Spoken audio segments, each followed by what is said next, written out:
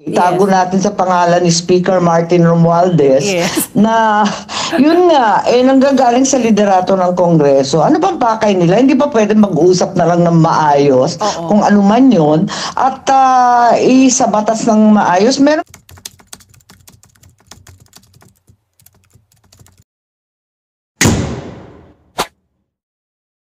makinig na tayo. May explain na lang natin. Ito po yung form na ito para ito sa kinakalap ng ating mahal na congressman na signature campaign. Para saan po yung signature campaign? Para po sa pag-amenda o sa pagbabago ng 1987 Constitution. Ito, para po gusto nila itong mabago. Kasi di ba marami na yung mga dati pang batas na hindi naman po naaangkop na sa panahon ngayon. So, ito po, kung sakali po ito napapabor po sa atin, marami po tayong makakalap si congressman dito, magkaroon po tayo ng charter change. Malaking tulong po ito sa atin. Bakit? Di ba po binibigyan tayo ni congressman ng AX? Di ba po binibigyan tayo ni congressman ng tupad? Ang AX po ba at tupad batas ngayon? Wala pong batas, di ba? Kung ito po, magkaroon ng pagbabago, gagawain na pong batas ang AX at tupad. Hindi lang po kayo, hindi lang po tayo makikinabang. Lahat na po ng mga kamag-anak natin. At buong Pilipinas po. Di ba po laking tulong giginhawa tayo? Meron tayong laging ayuda. Meron laking tulong po sa atin, di ba? Kaya po, ito po, bilang po mga leaders po ng ating congressman, kung kayo po pipirma po dito, meron pong pakonsuelo ang ating mahal na congressman. Ito po, nanay, meron pong pakonsuelo sa atin ang mahal na congressman. Bibigyan po tayo ng AIS. O, diba? Ito po yun. Okay, patay mo na. Video na yon. Ako dun sa sinasabi nung babae, dun sa viral video, pagkat wala naman sinasabi doon na magiging batas o magiging pangkalahatan yung mga AX at tupad na yan, wala namang ganon. Yes. Oo. So, parang meron pang disinformation dahil yung nagpapaliwanag. Ito daw po ay kuha sa Quezon City Urban Poor Coordinating Council, di umano dyan sa Barangay Old Capitol site, no? So parang ang sinasabi talaga niya, naman, talagang lililin lang ng bonggang-bongga yung mga tao. Naku, talaga naman, huwag tayo magpabudol dyan. Sapat na ang kabudol-budulan. So yung paliwanag niya, ang pipirmahan ninyo para maisabatas na itong ayuda na binibigay sa inyo, yung AX. At saka yung tupad. Pero, ang pinapapirma sa kanila na hindi papel... totoo yun kasi unang-una, naisabatas na yan kasi nasa budget. Ang budget, yung ating General Appropriations Act, ay isang batas na yan.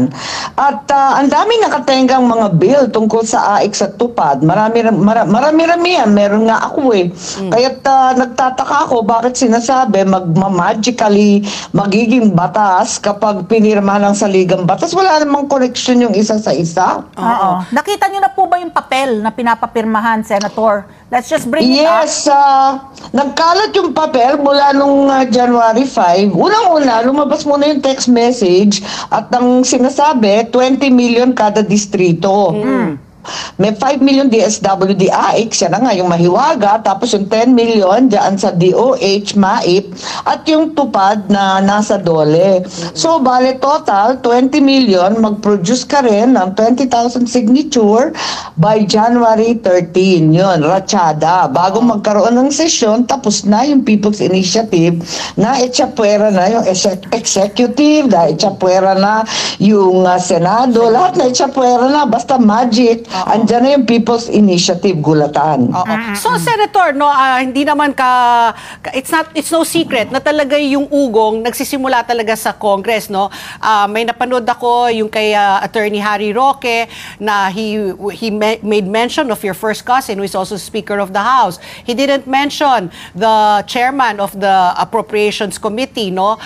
So, ito daw yung mga sumusulong at nag-umpisa nga daw sa Bicol. And then, Congressman Paulo Duterte has also mentioned it, no, na may bayaran na nangyayari na 100 pesos. Kayo po. Oo nga, sabi nga ni Mayor Baste, Dabaweños not for sale. Correct. Yun yung sinasabi ko, the Constitution is not for sale. Mahiya naman tayo, kaluluwa ng bayan natin yan, ibebenta sa... Nagkakabukulan pa, eto masaya, nag-umpisa sa 100 pesos per signature. Ngayon, 40 na lang. Doon sa ibang lugar naman, 1,000 na kasi ayaw pumirma. Bira talaga. Ano ba yan? So Senator, kayo po, ano yung basa po nyo dito? Bakit po talaga isinusulong itong People's Initiative? What is the rationale?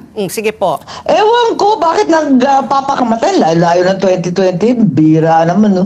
Pero, ang akin, kasi, ang sinasabi lagi, economic provisions, kinakailangan daw palta sa ating konstitusyon dahil wala daw papasok na investment. Hindi naman totoo, para ating binibida na bilyon-bilyon yung pledges at bumabiyahe si Presidente, minamarket ang Pilipinas. Anong sinasabi na walang pinapasok? Higit sa lahat, alin ba talaga ang papaltan? Kung economic provisions, ituro nila, ilista nila saan ba yun? Dahil nung panahon ni Presidente Duterte, nakita naman natin, pwede naman paltan by law, pa isa-isa. At kinaya naman natin yun dun sa Public Services Act, yung telecommunications nga covered dun eh. Yes. Tapos yung retail trade, para yung maliliit na tindahan, pwede nang pumasok yung mga foreigner. At pati na rin yung hawak ko, yung Foreign Investments Act, para malawakang pinaltan yung pwedeng pasukan ng foreigner. Hindi ko nga maintindihan, pwede naman pala yung pa isa-isang ganon. Hindi ka naman gagastos ng 14 billion at hindi naman magkakagulo yung buong mundo at talagang kung ano-ano na naiisip natin at 20 million ang kada distrito. I'll bring it up again, Senator, itong papel na pinapaikot at pinapapirmahan. So, yung kanina, yung disinformation, panliling lang na kanina nga yung nagpapaliwanag. Ito, pirma kayo para maging batas na. Yung tupad, yung AIX, yung MAIP na yan. Pero ito actually, pinapapirma, kung mapapakita lang natin yung papel, ay doon sa pagbabago, doon sa provision sa Constitution, na kung magkakaroon ng amendment, kasi nagkaroon ng may debate pa rin kung if it is the Congress and the Senate voting jointly or separately, no, to any amendment to the Constitution. Yun po ang nakalagay sa papel. So, ang nakalagay po sa pinapapirmahan nila, voting jointly para malunod po ang boto at ang tinig ng Senado na 24 lang kayo, 24 kayo, vis-a-vis yung more than 300 sa mababang kapulungan. Senator? Tama, that's right. Kaya nga nakakapagtaka dahil ang dinadahilan, economic provisions. Wala nga maipakita ba dun sa economic provisions. Tapos, yung actual question, wala namang kinalaman sa AIX. May kinalaman lang dun sa paglusaw ng boto ng Senado. Ano ba ito? Saan ba papunta to? Napakalabo. Tapos, may lumalabas pang mga ads. May TV ads, bongga. Malaki ang budget. So, ang bongga-bongga nga ng budget nila. Mo, may mga ads sa prime time, sa malalaking mga istasyon, talagang magugulat ka. Malakihang pera to. Sino kaya ang gaganansya rito? Yan ang dapat itanong. Hindi pa ba natin alam kung sino? But I was going to ask Senator Ivy, yung ganito, yung pagsusulong nga, supposedly... Di ba sinabi na nga ni Secretary Roque, itago natin sa pangalan ni Speaker Martin Romualdez, na yun nga, nanggagaling sa liderato ng Kongreso. Ano bang pakay nila? Hindi ba pwede mag-usap na lang ng maayos kung ano man yun at sa batas ng maayos? Meron pa tayong mga problema dyan sa People's Initiative dahil napakalabo rin at meron Santiago ruling na nagsasabi hindi sapat ang nasa batas ngayon. Kailangan mag-aamyenda rin tayo ng batas para maliwanag ang proseso ng People's Initiative. Hindi yung bastang ratsyadang magpapapirma miski kanino.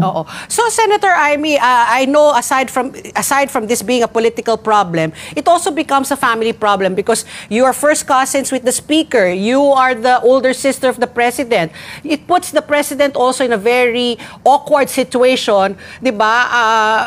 Tama. Talagang linalagay sa alanganin si Presidente. Talagang hindi maganda 'to. Kasi unang-una ayoko nga sana yung mga kamag-anakan ang umupo nung mulat sa pool. Kaya lang, andyan na yan. Talagang ang sagwa, yung kapatid ko mabait, hindi umaalma. Pero hindi naman yata tama na ganito, no? Dahil ang sagwa naman yata ang tignan. Sabi nga, hindi mo naman mapili ang kamag-anak mo. Pero sa kabila nun, talagang hindi ko naman akalain na magkakaganito. Ano ba ito? Para lang i-echapwera yung mga Duterte. Ganun lang garapalan ng power grab ngayon. Ang sagwa naman, talaga namang hayaan ng tao pumili. Hindi naman pwedeng braso-braso. Tapos kayo-kayo na lang ang pipili ng susunod. Parang power grab siya, wala siyang kinalaman sa economic provisions. Ipakita mo sa akin yung economic provisions na papaltan, suriin natin maigi, baka may mas madali at mas maayos na pamamaraan na hindi ka gagastos ng 14 billion na pwede ipambili na lang ng bigas o di kaya yung mga gasolina dyan sa Subic. Ako, ipamudmud sa mga driver natin. Ewan ko ba? So, Senator, is your relationship also with the Speaker strained because of this also? Nakapag-usap na ba ho kayo o talagang kanya-kanya kayong direksyon kung paano kung saan ito hahantong? Well, syempre, gusto niya civil, ganon, civil ang drama. Syempre, yung pamilya ko naman, hindi naman kami masyado nagkikita ni Speaker Martin, ganon. At minsan, binabati ako. Minsan, wala masyado. Wala lang, gano'n. Okay, sige po. So, ang lagi kasi nga pagdududa ng ating mga... Nagugulat lang talaga ako kasi hindi ko akalain magkakaganito, promise. Dahil hindi ko naman akalain na ganito ng kaambisyoso na halos magmamadali, hindi na pa tatapusin si Bongbong. Grabe naman.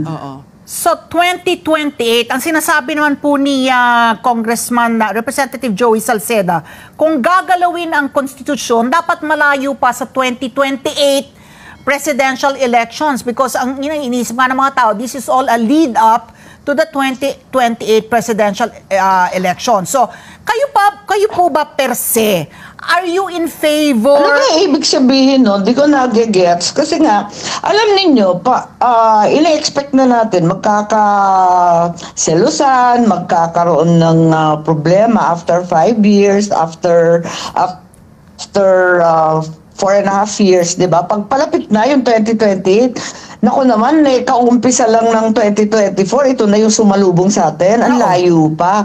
Kaya nakakagulat dahil ba't kaaga-aga? Ang balita ko, may American consultant daw nagsabi na una, bakbakan, negative publicity, demolition job, phase 1. Phase 2, awareness. Phase 3, campaign proper. May ganun Kaya matindi ang demolition job sa mga Duterte. Pagkatapos yun, ang magfe-phase 2, phase 3. Kaya long playing itong 2028 dahil baka yung mga gustong tumakbo hindi talaga popular. So, my point being, Senator Amy, papayuhan ko sana yung ating mga kababayan na pag-aralang mabuti itong pag-amyenda sa Constitution. Hindi naman din maganda na sarhan natin ang isip kaagad natin kung kailangan ba o hindi na amyenda ng konstitusyon, economic provisions, yung mga term extensions, yung point kanina ni Congressman Joey Salceda. Kung meron mang term extension, pagpapalawig po ng mga termino ng ating mga nakaupong opisyal, dapat malayo sa 2028 ang usapin na to. At hindi makikinabang yung mga incumbent ngayon. But, do you agree? Per se, amendments to the Constitution ay isang issue na dapat bukas. Ang mali dito ay yung pamamaraan. Kung nagkakaroon nga ng bayaran o alok na ayuda kapalit ng pirma. I think there are many issues involved, Ali. At isa rito, napapanahon ba? Talaga bang kayang-kaya natin maglustay ng 14 billion at this point in time na napakatataas ng presyo ng bilihin. Palagay ko, ang sabi ni Presidente, si Bongbong, hindi pa nga nakakaupo. Pag nag-uusap kami, sabi niya, unahin muna natin ang pagbangon ng ekonomiya at ang trabaho. Apakahirap ng buhay. Talaga talaga naman dapat ibalik dun yung usapin. We know naman na kapag may constitutional convention, people's initiative, call us, kung ano man tawag dyan, talagang maaabala tayo dyan, laki lang ng gastusin. At pati yung panahon, mauubos sa debate dyan. Oo. So kayo, Senator Amy, sa Senado po, ano ba ang sentimento po ng mga senador? Kayo ba ay, kasi obviously, no, sa Kongreso, hawak po ng speaker, di ba? Kasi nga, he who holds the purse holds also the magic. Yes. Pero kayo po sa Senado po, ano po ang konsenso, ang inyong sentimento tungkol dito sa sinusulong? Kasi talagang ito, no, ito yung naging usapin the last couple of weeks, no, yung charter change, That's right. I think overwhelming ang concern sa Senado na iba ang pakay nito. Marami sa amin, talaga kung isa-isahin, marami talagang dapat paltan sa ating konstitusyon.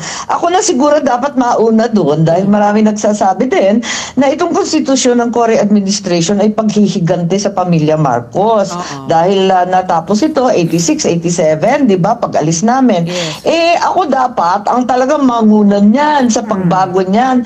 Pero para sa akin, hindi napapanahon at wag naman sa santong paspasan. Anong reaction niyo yung napanood niyo yung advertisement, Senator Amy? Kasi nga... Nag-effort, girl! Nag-effort! Ang pinagtatakaan ko lang, ba't ang tataba ng artista? Hindi, joke lang. Nag-effort lang ako. Kasi sabi ko, ang tataba ng artista, ang balak ba, magka-heart attack lahat tayo at hindi na umabot sa 2025. Ratsada na to. So, Senator Amy, ito nga, no, how is the relationship between you and the Dutertes? Kasi it seems na kayo lang po talaga ang nakakapag, you get along very well with Vice President Sara, with the mayor, with the congressman, and I would assume also with former President Rodrigo Duterte. While the other one, your cousin nga, si Speaker, halatang-halata na strained na rin, no? May irap na nangyayari, may mga ganun na hindi nakikita. So, kayo po, kamusta po ang relasyon? Pambira naman. Sa totoo lang, ang mga Duterte, sinasabing matapang, pero hindi naman nakikipag-away. Ba't aawayin natin? Hindi ko maintindihan. Ang ganda-ganda na nga ng buhay ng Pilipinas kapag wala nang away-away, wala nang alitan, ng bulok ng politika. Ngayon, nagkaroon ng solid North at solid South. Ano pang gusto natin? Di wala nang pag-uusapan kundi kapayapaan, pag-unlad. Di bongga. Ba't tayo nakikipag-away? Hindi ko gets, promise. Senator, para sa inyo, wala na pong unity team? Para sa akin, sobrang sinisira ng iba dyan. Di ko maintindihan dahil siguro si VP pa rin ang pinaka-popular na public official sa ating pamahalaan. Marami siguro hindi nakakatanggap na feeling dapat siya na yung Duterte. Bakit? Hindi ko maintindihan. Talagang napakalaking tulong niyan. At least tumahimik ang Mindanao. Ang laking bagay. At ang Mindanao, ang kinabukasan natin kasi underdeveloped yan, maganda ang panahon, napakataba ng lupa, ang daming gagawin. The future of the Philippines nasa Mindanao. Sila na nakakabuo yan at nakakatahimik dyan. So, Senator, ito po, kayo po, I'm sure, kasi kapapasa lang ng national budget, yung speaker's budget, kasi sinumpa siya, no? May naglabas, SMNI nga, wala nga yung kanilang prangkisa, nanganganib dahil nga may nagsabi na isang the speaker spent 1.5 billion parang for his foreign trips. Now, this offer of 20 million, gaano kalaki ba ang budget ng isang Speaker of the House kung talagang mapapatunayan na nagbigay po ng 20 million kada distrito po sa Kongreso? If there are 300 congressmen times 20 million, we're looking at 6 billion. Ganito ba kalaki or 60 billion? I'm not sure. Pero ganito ba kalaki ang pondo ng isang Speaker of the House? Alam niyo, matagal ko na yan rinereklamo kasi sa totoo lang, lahat kami, Vice Chairman halos dyan sa Finance Committee ng Senate at napakagulo ng micro-BICAM. Nagba-BICAM, picture taking na lamang yung sa Senate at Congress, pero paglabas ng final budget, kakaiba na yung itsura, kaya nagkakagulatan kami lahat. Ngayon, itong tungkol sa People's Initiative, ang prinisenta ng Presidente na budget, 2 billion pesos para sa plebiscite ba yun? O kung ano-anong eleksyon. at preparation for 2025, 2 billion. Yun lang nakita ko. Tapos, nag-request yung COMELEC, palibasa ako yung chairman ng Electoral Reform Committee, humingi sila. Sabi nila, kailangan namin ng karagdagan pagkat wala nga kaming mga opisina, naka-squatter kami sa LGU, pati mga empleyado namin, kabababa ng salary grade. At na umaasa rin sila sa mga local government para sa casual at job order. So, yun ang request nila. Wala namang binanggit na People's Initiative. Abay, nagulat na lang lahat dun sa final version, may 14 billion nakaalat para sa kung ano-anong constitution. Tama ba yun? Hindi ko nga maintindihan kasi yung request, bakit iba yung lumabas? Hindi naman yata po pwede yun. Di ba technical malversation ng pagkain natin sa ganyan? Ano ang balita nyo sa nangyayari sa Ilocos? Sa baluarte ninyo kasi ito nagsalita na sa Albay Representative Elsa Langman, sa Bicol, sa Central Eastern Visayas si Paulo Duterte sa Davao daw. Yun din ang do not sell your soul for 100 pesos or 10,000 pesos, panawagan niya sa mga Davaoenyo. Sa baluarte nyo sa Ilocos po, ano ang nakakalap po ninyong nangyayari diyan? Well, ganun din. May mga alok din, tapos maraming mga papel-papel na pinapapirma, pero yung press release, tungkol dun sa pabigayan ng AIC sa tupad, ngunit yung nasa papel na pipirmahan mo, yung pagboto tungkol sa konstitusyon. Litong-lito yung mga tao, di naintindihan, ang daing mga mayor, ang daing congressman, pala yung tawag sa amin, nagpapanik, ano po ba to? Sabi ko, hindi ko nga maintindihan, saan ba yan lumabas? Ba't nagkaganyan?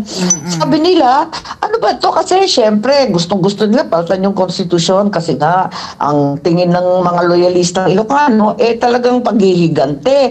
Sabi ko, tama, pero bakit ngayon at bakit ganyan? Hindi naman ganyan ang tamang pamamaraan. Meron rin tayong Santiago Ruling, hindi natin na pwedeng ibaliwala na nagsasaad na yung batas tungkol sa People's Initiative at sa iba't iba pang pagbabago ng konstitusyon ay hindi pa sapat. Hindi pwedeng labong-labong ratsadang ganyan. Sabi ng Korte Suprema, kailangan itakda muna yung proseso para maisagawa. Hindi pwedeng basta-basta. So, eto na nga ang nangyayari ngayon. Maraming opinion tungkol dyan sa Santiago Ruling, pero andyan siya. So, kinakailangan may bagong batas sa tingin ko para liwanagin ang proseso. So, Senator Amy, yung pagka-demote po ni former President Gloria Arroyo, ito na ba yung naging umpisa para isulong itong People's Initiative? Kasi 'di ba, naging ugong rin yan kaya po siya na-demote. Hindi ko alam. Sa akin, nagugulat lang ako sa mga kababalaghan na nangyayari. We're on the receiving end sa Senate. At lagi na lang kami nagugulat. Talagang nadismaya ako doon sa pagwalang galang sa ating dating Pangulo. Kahit oposisyon ako noon, para respeto na lang sa office. Respeto na lang. Huwag naman ganun. Nagulat na ako. Senator, bilang pangukas, mensahin nyo na lang sa bawat rehistradong botante at dito po sa People's Initiative na isinusulong po ngayon. Mensahin nyo po, Senator. Yes, sa ating lahat, babala na lamang. Maraming ginagawa tayong bobotante. Huwag tayong papayag na ibenta ang ating saligang batas, ang ating konstitusyon na siyang puso't kaluluwa ng ating bansa. Nako, Filipinos are not for sale.